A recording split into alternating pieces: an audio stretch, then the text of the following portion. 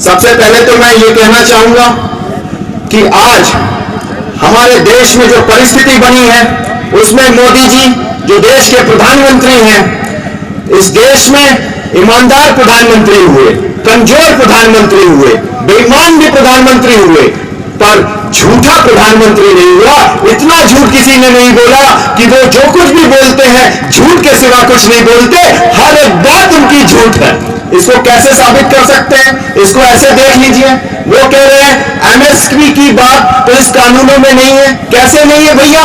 किसान की जो मूल लड़ाई है, ये कानून तो अभी आप उनके सामने लेके आए हो, उनको लूटने के लिए, गुलाम बनाने के लिए, उनकी जमीनें छीनने के लिए, उनको कब्जे में करने के लिए और कारपोरेट को बेचने के लिए आपने कानून लाया है। लेकिन किसान का मूल सवाल क्या है?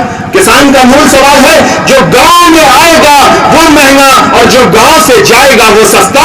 ये कैसे चलेगा? फसल हमारी, फैसला तुम्हारा, ये कैसे चलेगा? लंबे समय से हिंदुस्तान के किसानों की यही लड़ाई है। हिंदुस्तान के किसानों की लड़ाई है कि उसका उचित मूल्य उसको कब दोगे। मिनिमम सपोर्ट प्राइस तो आज वो लड़ाई मिनिमम सपोर्ट प्राइस पर आकर मोदी जी और कारपोरेट घराने में छेड़ दी है। हिंदुस्तान तो तैयारी कर रहा था, हिंदुस्तान का किसान नौजवान, कि हमारी लड़ाई मिनिमम जस्टिफाइड प्राइस की होगी, कम से कम हमें न्यूनतम उचित मूल्य हिंदुस्तान की व्यवस्था कब देगी। यह लड़ाई हिंदुस्तान के किसान और नौजवान गांव-गांव ये तैयारी कर रहा था। और इसी तैयारी के लिए लंबे समय से स्वामीनाथन कमेटी आयोग की रिपोर्ट C2+50%, जिसमें साफ साफ किसान के लागत का 1.5 गुना मूल्य मिलने की बात है, उसकी लड़ाई और उसकी मांग को वो सरकार के सामने रख रहा था। कांग्रेस की सरकार थी, आज बीजेपी की सरकार है, उसके सामने भी वही सवाल था। मोदी जी प्रधानमंत्री होकर आए, उन्होंने दूसरी पार्टियों पर कुछ आरोप लगाए। ये पार्टियों के खेल में हिंदुस्तान को मत फंसाओ, हिंदुस्तान के किसान की लड़ाई और हिंदुस्तान के किसान के सवाल पर उस मुद्दे को केंद्रित रखने दो।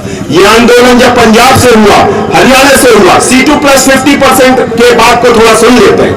मोदी जी ने संसद में उन्होंने कहा किसानों की हमने 1.5 गुना मांग पूरी कर दी है, 2022 में दुगनी कर देंगे, और सुप्रीम कोर्ट में हलफनामा देते हैं कि A2+FL+50% के हिसाब से किसानों को दाम देंगे, C2+50% के हिसाब से नहीं देंगे। हलफनामा देकर कहते हैं ये चुनावी जुमला था, ये मांग पूरी नहीं हो सकती। ये तो झूठ का इंतहा है। और उनके प्रवक्ता, कल मैं चैनल में देख रहा था, वो कह रहे किसानों का दाम तो हमने दे दिया, 1.5 गुना दाम दे दिया। हिंदुस्तान के किस किसान को मिल गया भैया?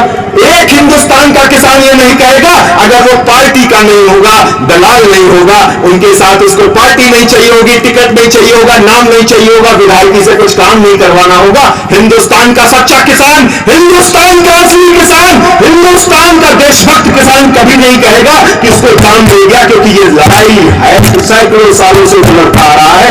अंग्रेजों के खिलाफ लड़ी, 190 साल लड़ा, हिंदुस्तान के हर कोने में लड़ा। राजस्थान में हम बैठे हैं, वीरों की भूमि है, महाराष्ट्र से किसान आए हैं, शिवाजी की धरती है, अंबेडकर की धरती है, सबने हिंदुस्तान को बनाया है। गांधी लड़े, सरदार पटेल लड़े, भगत सिंह, चंद्रशेखर नौजवान लड़े, सुभाष चंद्र बोस लड़े। किस बात पे लड़े? इसी बात पे लड़े कि हिंदुस्तान के किसान के सम्मान और स्वाभिमान से अंग्रेजों मत खेलो। काले गोरे अंग्रेज तो चले गए, 190 साल लगा उनसे लड़ने, उनको वो भगाने में। आज पंजाब का आंदोलन चल रहा है, भगत सिंह के चाचा जी ने पगड़ी संभाल जट्टा आंदोलन 9 महीने तक किया था, अंग्रेजों को मुंहकर खानी पड़ी थी। आज फिर लड़ना पड़ रहा है। कितनी बार लड़ेंगे? सत्ता तो बदल जा रही, व्यवस्था नहीं बदल रही। गांव के सुनने वाले गांव की नहीं सुन रहे, अपनी सुना रहे, अपने मन की सुना रहे। अरे भाई खेत खलियान की सुनो ना, खेत खलियान की सुनाओ ना। कल 27 तारीख है, मोदी जी मन की बात करेंगे।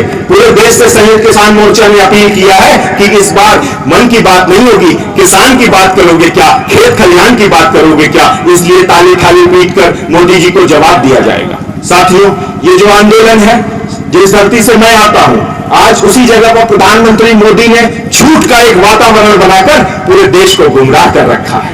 और उन्होंने क्या किया? पूरे देश को, संसाधनों को, दुनिया के कुछ गिने चुने उद्योगपतियों को, और उनके मोहरे बन रहे हिंदुस्तान के कुछ गिने चुने उद्योगपति, अडानी, अंबानी, उन 2-4 लोगों को मुनाफे के लिए आप अपना संसाधन बेच दे रहे हो।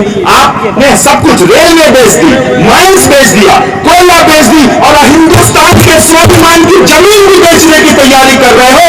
सरदार पटेल ने कहा था एग्रीकल्चर हमारा कल्चर है, हमारी संस्कृति है, आप इसको व्यापार बनाकर दुनिया की ताकत के सामने खड़ा करना चाहते हो, थोड़े से मुनाफा दिखाकर हिंदुस्तान के किसानों को मार्केट में छोड़ दोगे, कल तो आप प्रधानमंत्री नहीं रहोगे, जिंदगी भर के लिए नहीं बने हो। अगर ये सोच कर आए हो तो लोकतंत्र है, आपको वापस उतार कर गद्दी से भी हिंदुस्तान का किसान नौजवान दिखा देगा। यह अहंकार ठीक बात नहीं है। आपके हर पत्र में 2-3 पत्र कृषि मंत्री जी की तरफ से आया, कृषि सचिव की तरफ से आया, हर पत्र झूठ का पुलिंदा है। उनकी हर एक पत्र में केवल गोल गोल घुमाया है। आप पूरे देश में क्यों आंदोलन कर रहे हो? ये आंदोलन तो पंजाब और हरियाणा का था, पूरा देश क्यों जोड़ रहे हो? भारत बंद क्यों कर रहे हो? रास्तों के ऊपर क्यों बैठ रहे हो?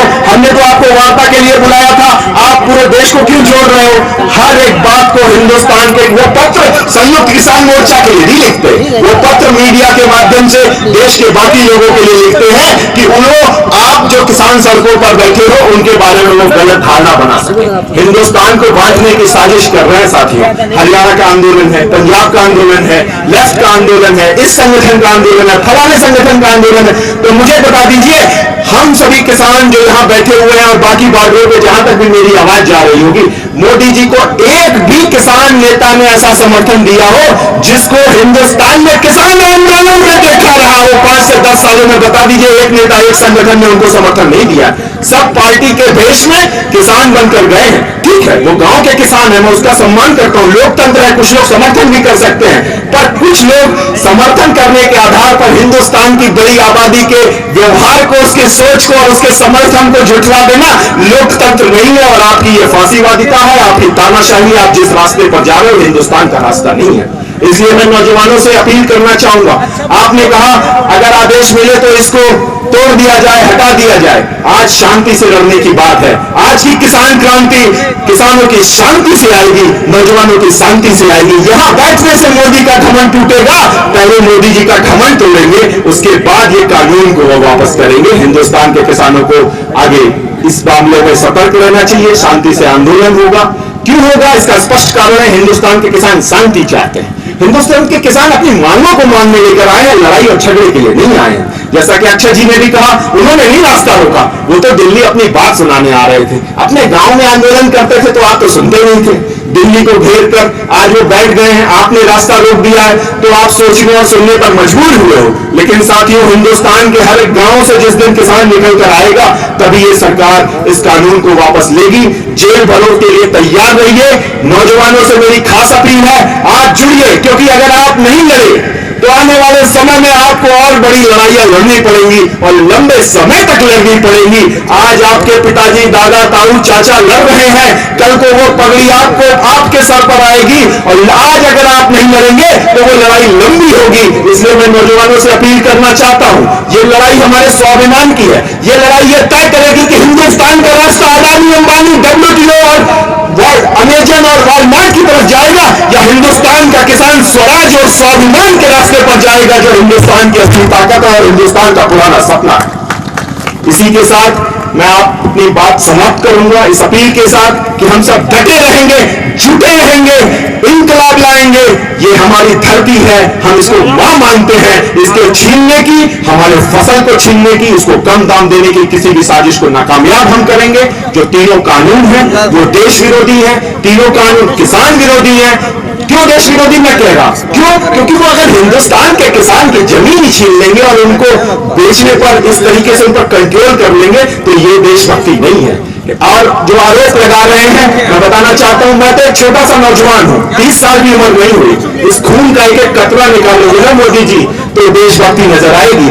बाबा परदादा दादाओं ने देश की आजादी के लिए लड़ाई लड़ी है। हिंदुस्तान के किसानों के सम्मान पर और उन पर सवाल मत उठाओ। मैं तो बहुत छोटा बच्चा हूं, आप बाकी लोगों तो और हिंदुस्तान के लिए संघर्ष किया है। सबके दादा परदादा और पिताजी ने हिंदुस्तान की लड़ाई के लिए लड़ाइयां लड़ी हैं, लाखों लोगं ने शहादतें दी हैं, तो ये आजादी हमें मिली है।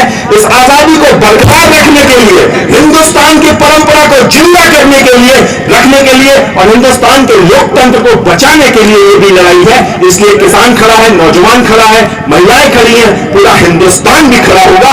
भ्रम जल्दी टूटेगा, मेरा ये विश्वास है, क्योंकि मेरा विश्वास हिंदुस्तान पर है, मेरा विश्वास भारत माता पर है। इसलिए इंकलाब, इंकलाब।